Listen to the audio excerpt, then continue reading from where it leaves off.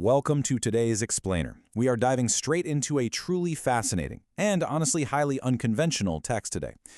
We're going to impartially map out a source that tackles macroeconomics, global politics, and corporate strategy, all through the completely unique lens of a claimed spiritual channeling of the legendary management consultant Peter F. Drucker. Now, whether you look at this as a literal spiritual message or just a deeply provocative thought experiment, the ideas here are highly structured, completely uncompromising, and absolutely worth unpacking. So, to ground our analysis, we're looking specifically at Chapter 1 of the book, The State and Management, authored by Ryuho Okawa. It presents itself as a direct spiritual message from Drucker. But setting the supernatural premise aside for a moment, what this text actually delivers is a very distinct, actionable roadmap for the 21st century. It takes a really hard look at exactly where nations have failed and where businesses need to step up. We're going to follow a clear 5-step roadmap today. Stagnation and environmental idealism, corporations as a breakwater, dangers of controlled economies, management for a new era, and finally, China and the spirit world. Let's jump into Section 1, Stagnation and Environmental Idealism. Starting off with the macro perspective, the text attempts to solve a massive historical puzzle. We're talking about Japan's prolonged economic struggles, right after the devastating burst of its bubble economy in the 1990s. The core argument here is that this stagnation wasn't just a streak of bad policy or unfortunate global trends. According to the source, the real root cause was a fundamental lack of moral criteria in the business world. The claim is that during the boom times, people basically threw the ethic of hard work out the window and just chased effortless money. So, when the bubble inevitably popped, the structural backlash was severe, mostly because that ethical foundation just wasn't there to begin with. But, the critique doesn't stop with the bubble era. The author fiercely criticizes post-bubble policymakers for doubling down on their mistakes. How? By prioritizing theoretical idealism over real-world economics. The text actually coins the term environmental left to describe this exact mindset.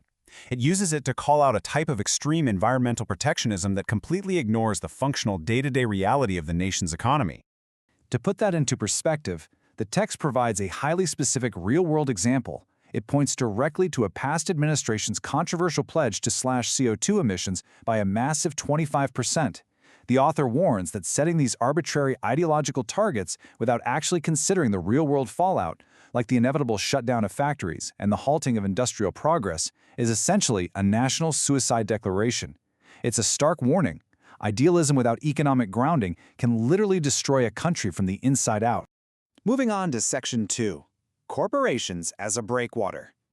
So, if state governments are prone to making these kinds of ideological, self-destructive mistakes, where does the text say the solution lies? Well, the answer is the rapidly evolving role of the global corporation. This sets up what the text sees as the core conflict of the 21st century. On one side, you have global corporations that literally require the free flow of information and commerce just to survive. On the other side, you have totalitarian nations that rely on heavy-handed state censorship and control. The source uses Google's historical clash with Chinese state censorship as the classic example here. It's no longer just about business, it is a fundamental clash of values. And because of this natural opposition to state control, the author asserts a really profound worldwide mission for these companies. Globally integrated businesses will increasingly serve as a crucial breakwater. The text uses this specific imagery to describe a necessary line of defense that protects individual freedoms and pushes back against the rise of dictatorial regimes. It elevates corporate strategy into a literal form of global peacekeeping.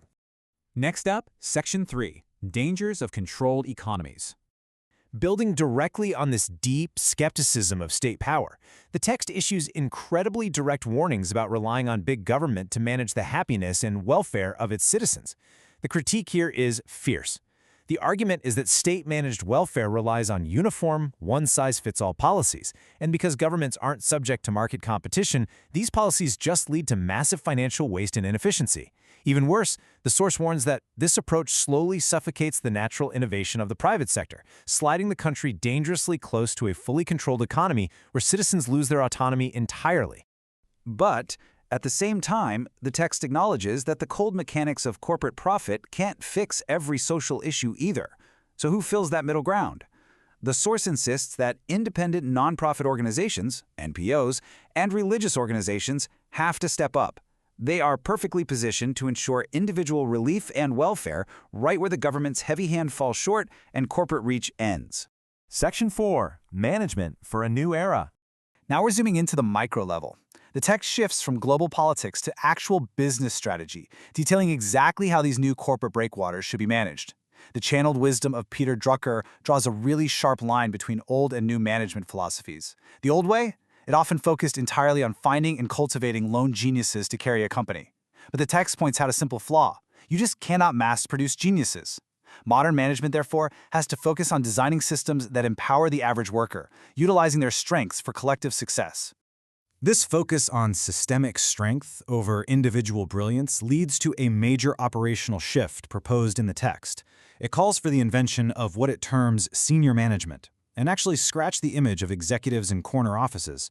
It literally means strategically employing the elderly workforce. The text argues that as our economies shift away from physical labor toward a knowledge-based approach, experience becomes an incredibly valuable asset. Businesses that figure out how to utilize the wisdom of workers well into their 70s and 80s won't just survive. They're going to maintain a massive competitive edge and open up entirely new markets. It's a total game changer. Finally, Section 5, China and the Spirit World. We're zooming back out to the global stage here, as the text contextualizes its macroeconomic predictions within its highly unique spiritual framework. And the global forecast it provides is uncompromising. The source strongly predicts that China is heading toward a massive economic recession. The argument is that China's rapid growth isn't built on a sustainable foundation. Instead, it's an unprincipled bubble driven by extreme money worship, lacking any foundational ethical philosophy. The text insists that a foundation that hollow will inevitably result in a severe backlash and a devastating downturn. To authorize these incredibly bold claims, the author leans heavily into the spiritual context of the book. It asserts that the spirit of Peter Drucker actually resides in what is called the eighth dimension, or the Tathagata realm. Within this framework, this isn't just a place for religious figures, it's a highly advanced spiritual plane reserved for beings possessing supreme ethical ideals and unparalleled management capabilities. The text uses this to frame Drucker not merely as a historical consultant, but as a high-level entity offering divine, ethical guidance for managing the modern world. So just to recap our roadmap today, stagnation and environmental idealism, corporations as a breakwater, dangers of controlled economies, management for a new era, and China and the spirit world. Whether viewed as a literal spiritual message or a thought experiment, this five-step progression really makes you think.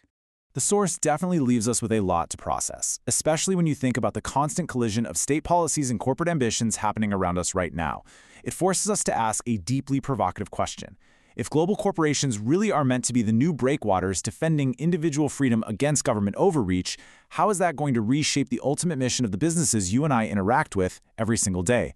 It is a fascinating paradigm shift to consider.